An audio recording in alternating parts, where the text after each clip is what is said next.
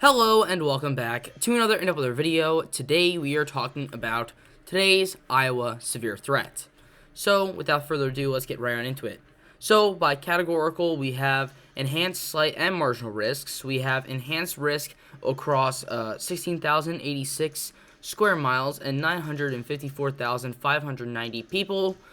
That includes Des Moines, Iowa, West Des Moines, Iowa, Acadie, Iowa, Urbandale, Iowa, and Ottumwa, Iowa. We have slight risk over 92,192 square miles and 6.9 million people, and that includes Omaha, Nebraska, Madison, Wisconsin, Rockford, Illinois, Cedar Rapids, Iowa, and Peoria, Illinois. We have marginal risk across 136,314 square miles and a population of 28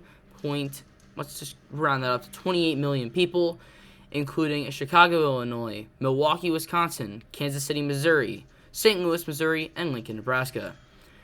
We have 5 and 2% chance of tornadoes. That 5% chance of tornadoes is across 47,454 square miles and 2.7 million people, including Des Moines, Iowa, Cedar Rapids, Iowa, Davenport, Iowa, Waterloo, Iowa, and Iowa City, Iowa.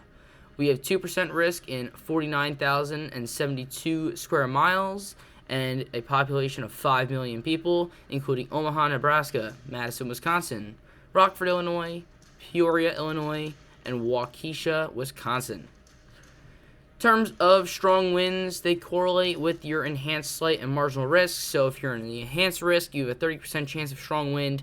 If you're in the slight risk, you have a 15% chance, and marginal risk is 5%.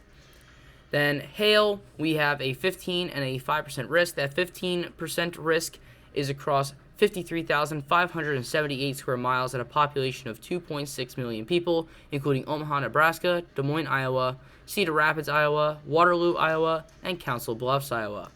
And then a 5% risk across 72,250 square miles and a population of 6.1 million people, including Kansas City, Missouri, Lincoln, Nebraska, Overland Park, Kansas, Kansas City, Kansas, and Olathe, Kansas. So let's move on here to the HRRR, where we are going to look hour by hour at the severe threat. So this is the main area of our severe threat right in here.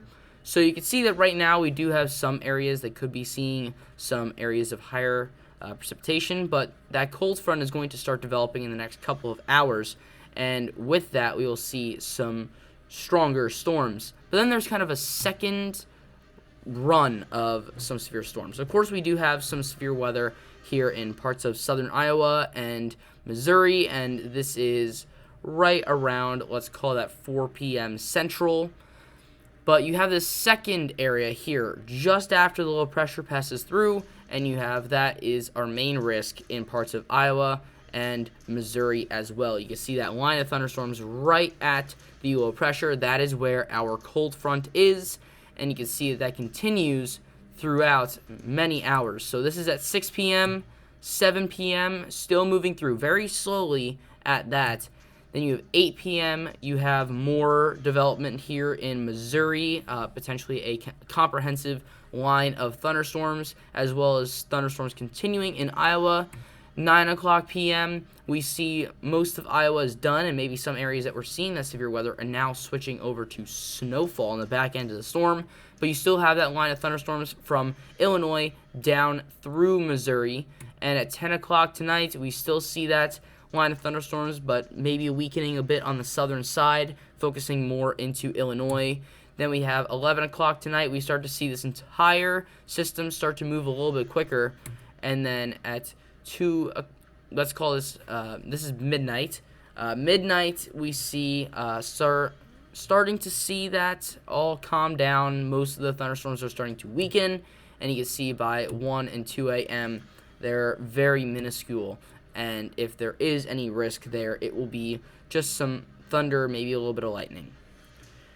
So, and I was noticing here, that's a lot of freezing rain. The HRRR has a lot of freezing rain with this storm. But let's take a look at our mixed layer CAPE, which is the energy that the thunderstorms will have.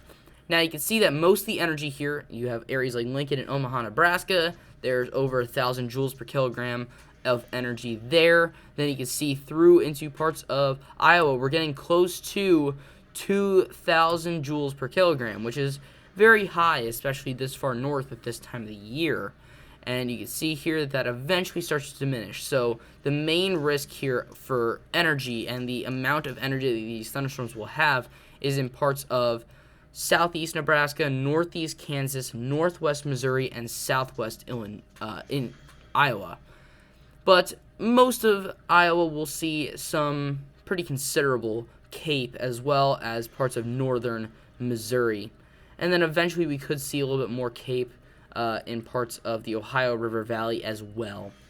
Now, in terms of our significant tornado parameter, which is basically just a mix of models, it shows how the different types of, capes, shear, all of that. This is just the chance of tornadoes forming, not thunderstorms. Thunderstorms is our cape, but this is the chance of tornadoes forming. And you can see here, this is kind of like a torcon in a way. So 1.3, moving up to 1.6. Then we get into areas like 2.2, and then eventually we do have areas here 4.7. So that is a very good chance of thunderstorms. This is out of, I believe, 10.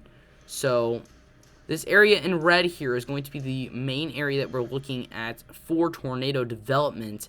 So you can see here, let me refresh so I can get my cursor readout back. But this area in red here, we can even see close to 3.8, 4. That's going to be the main area that we have to watch out for tornado development. And then these areas in the yellow could also see tornadoes as well. So I think that our best chance for tornadoes, so just to be alert, will be from, let's call that's 4 o'clock to, let's call that 9 o'clock tonight. So that's the best chance for tornadoes. So if you live in that area of enhanced or slight risk, just prepare for any time period. Let's even call it from 3 to midnight for tornadoes. And then eventually we could see maybe another little area of tornado threat here in Indiana, and that is right around 1 p.m. Central, 2 p.m. Eastern. So that's about it with this severe threat. Even though it is confined to a very small area, we could see significant impacts, potential for hail, tornadoes, strong winds, just across the board. So stay safe, and I can answer any questions about specific timing in specific regions if you have any, but I hope this video helps all of you out. But that is all I have for today. If you enjoyed this video, consider leaving a like, subscribing, and hitting the bell, and I'll see you guys next time.